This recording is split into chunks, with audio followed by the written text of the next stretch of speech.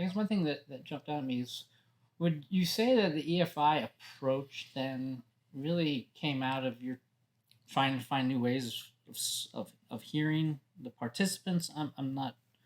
I think I'm missing the connection between where you didn't come up with the EFI and said, "Here's it's going to work great for this." It came the other way around, and so were there moments that you can recall that shifted yours and Gallimore and whoever you were, Cindy Bernheimer?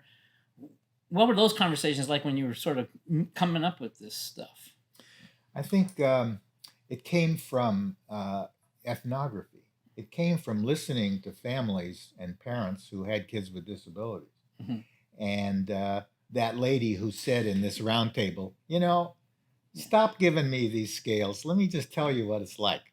And so it started there. And then the question was methodologically, how Yeah. could we capture Yeah. both the subjective experience and the context, the ecology around the family, and the unit of analysis then is the activity, the setting, the interactions you have with your kids and your siblings and your husband and all the people involved, not only the individual. Too many measures are implicitly individualistic.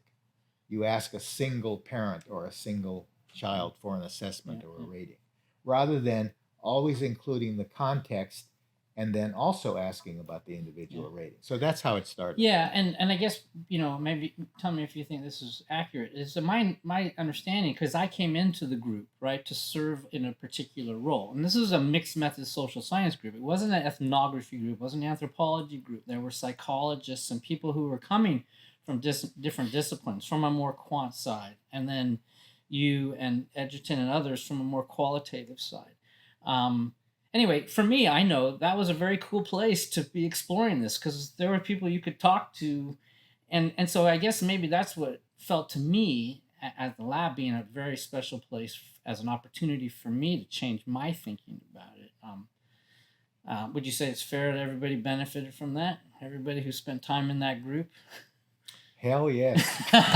And then there would be those that would disagree. But I've been there for over 20 years, people. It had an influence and it had a benefit. God. And also that was intentional.